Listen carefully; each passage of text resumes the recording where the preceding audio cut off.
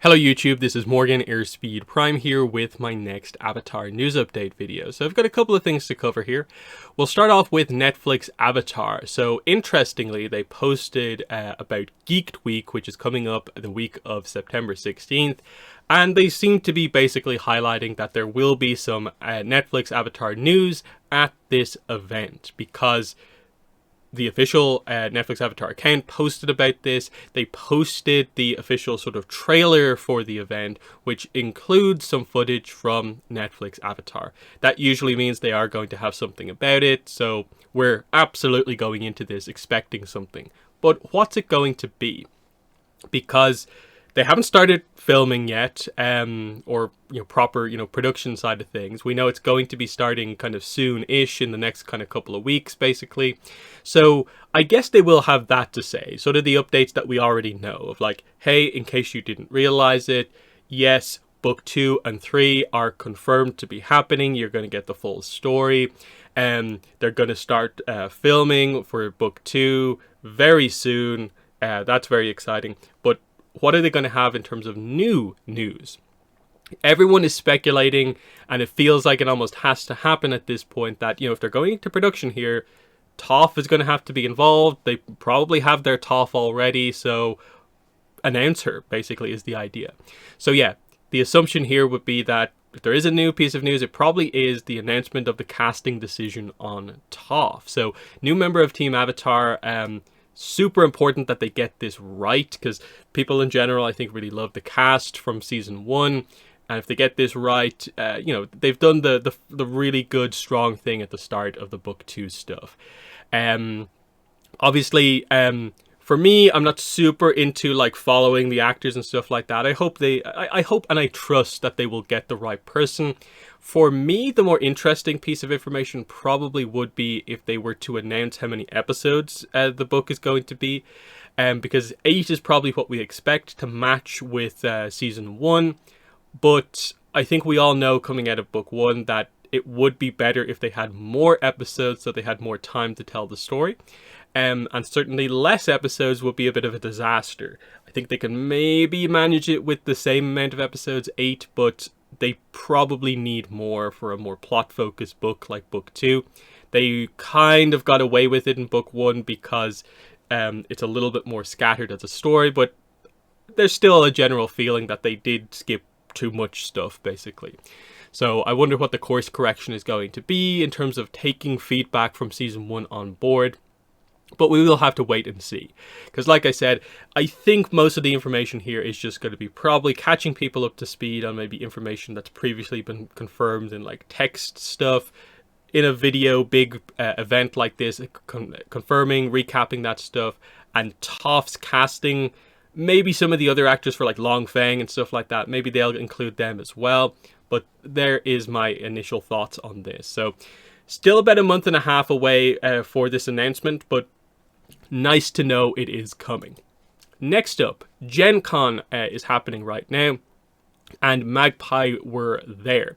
And I guess as part of their kind of what's next, they did announce this kind of collaboration with Beetle and Grimm's. Now, the details about this are a little bit kind of sketchy and all over the place. They purposefully have left it as a kind of vague announcement here. But Beetle and Grimm are partnering with Magpie to create the Avatar Legends, the role-playing game, Voyage of the Unity Premium Edition. And it's an adventure set, is what they are calling it.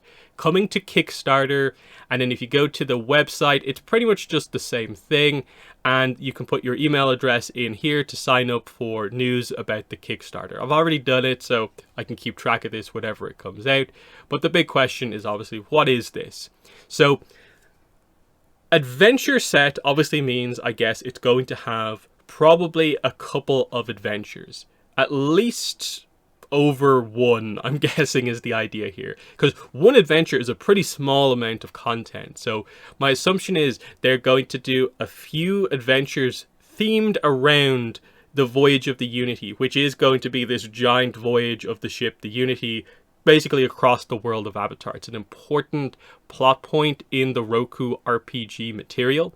It's one of the more major new things that we found out about. So there is a lot of room to work with here to make some interesting stuff, because you're going to touch on basically all the different nations. You're going to have politics involved in this, the science kind of research technology aspect of things, because that's kind of what it's about. It's about spreading kind of advancement, scientific advancement across the world, the nations kind of coming together in unity to show the progress.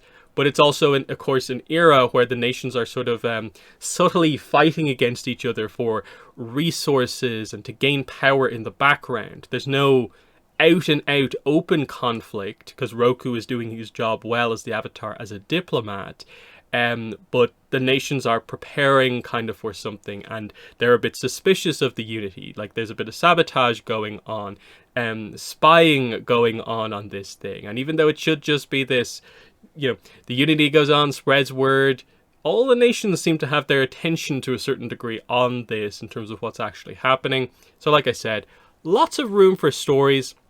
Depends on how much they go in depth on it. But I also wonder about, like, is this effectively almost like the Unity adventure guide style thing? What's the difference between this and, say, like the Iroh book that we're getting? Is it just the number of adventures? Are there legend NPCs involved in this? I'm assuming there's at least some, but, I'd like to know what is actually new here or not. I'm guessing it probably is a couple of, like, kind of conjoined adventures. Like, you can play one and it's like the first stage of the journey. There's another one that kind of links into it that comes up next. Well, we'll see what happens.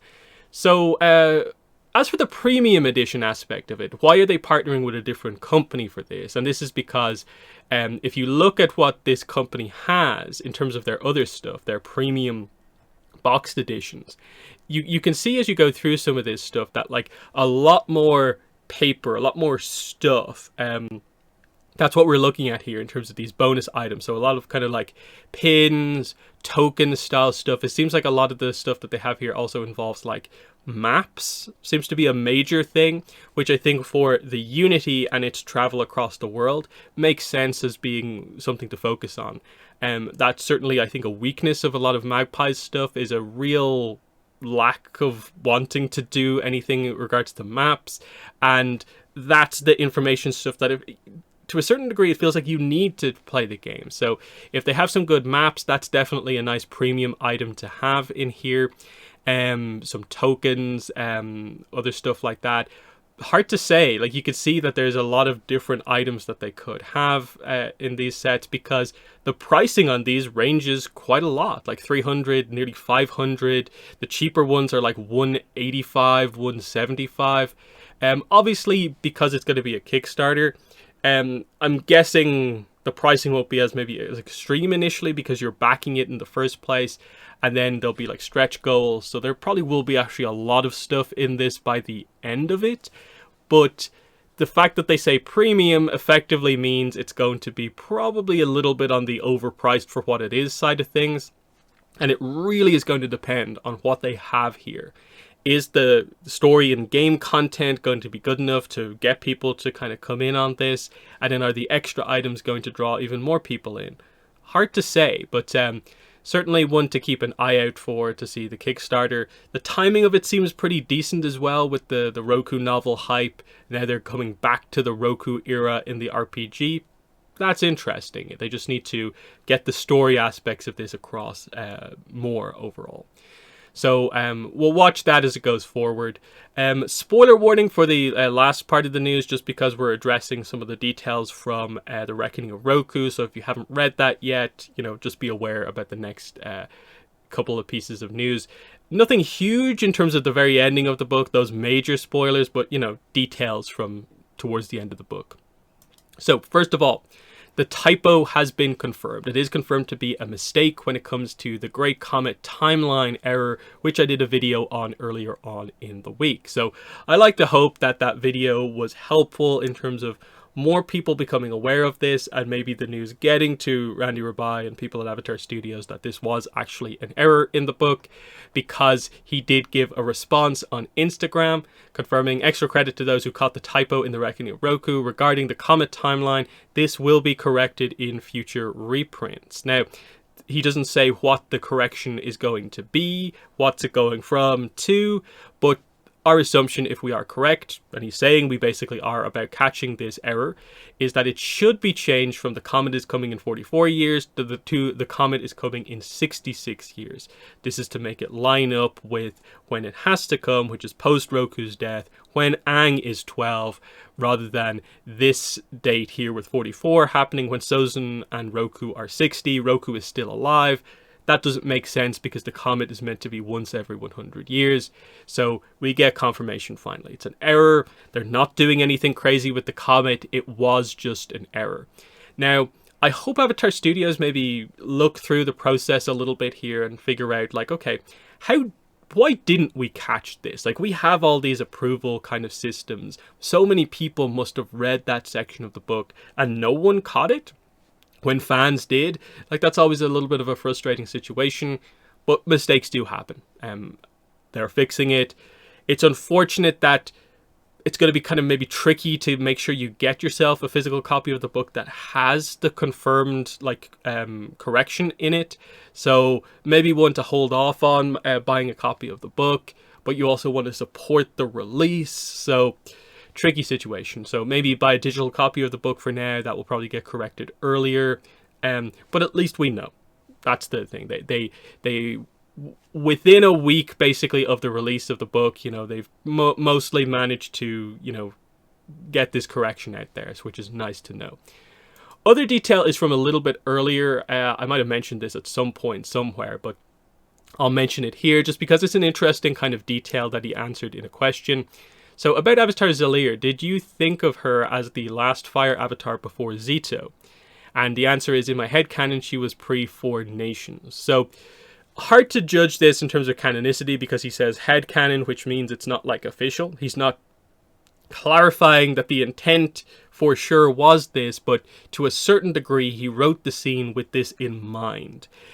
So I think it just helps to further direct our opinion about Avatar Zalir to being, rather than being an avatar relatively close to like Zito and Roku, she probably is on the more other end of the scale, much further back, which I think lines up with the description of her in the book. Her statue's towards the back of the room.